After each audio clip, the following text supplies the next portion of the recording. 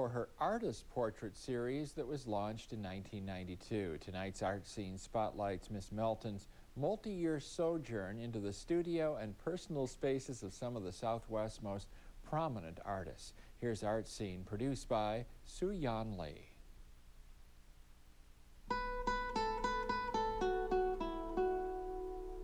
When I don't paint, I'm lost. You just go up and you paint, but there's not any reward. There's not there's not galleries. There's not sales. But you have to make the paintings.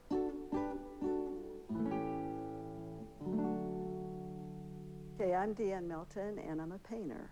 I love painting people. You bring in the personality of the person, the energy of the person, as well as trying to make a painting. I'm working on a series of portraits of artists, collectors, and curators. I was told when I was real young that writers write about what they know. And in trying to make a commitment to do these portraits, I thought, well, I better paint the world I know about. So I chose to do artists. I love the artist studios, and every time I go into one, no matter how different they are, I love it. I love the smells. I like all the props that are around, the personal items, the photographs, the palettes. The palettes are incredible. Jim Davis is a painter who shows in Germany. He lives in Nova Scotia and in Tucson. He was one of the first painters that I asked to pose for me. So when I went to his studio, he didn't really know what I was up to. And I brought a French easel, a tarp, my paints, a big canvas, this canvas, and set up in his space. So I felt like I was invading him a bit. But he was really, really patient with me. And when he started posing, one thing that he did do is that he kept switching his legs. He'd cross one over one way and then back again, and I thought, oh no, how am I going to draw this in? But he finally just relaxed, and this is the pose that I worked from after that.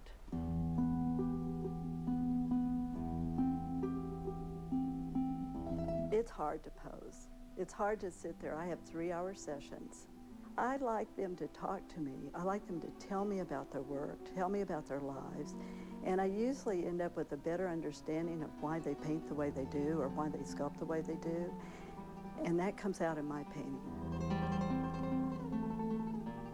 I'll tell you a funny story about Dean Narcho.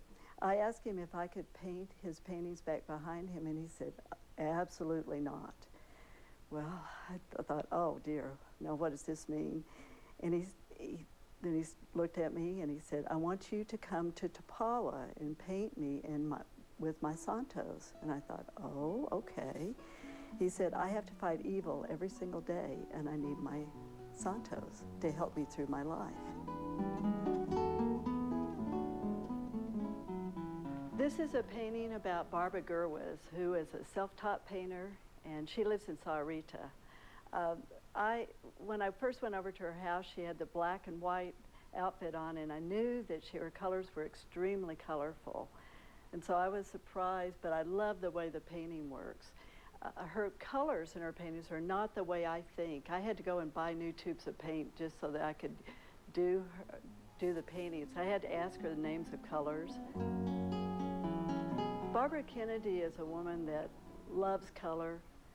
This is one of her paintings up here. Actually, what it is, it's torn handmade paper. Her house, everything in it looks like Matisse. She's a great lover of Matisse's work, and she died several years ago. There are so many good artists in Tucson. There's a real energy, artistic energy in this town. You have the abstract painters, you have other figurative painters, you have narrative painters and sculptors.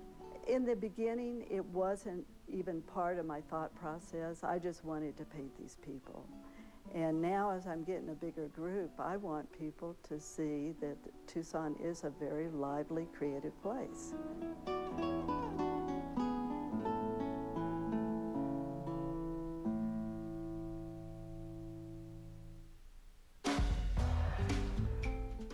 Hello, I'm Mark McLemore, the host of the radio news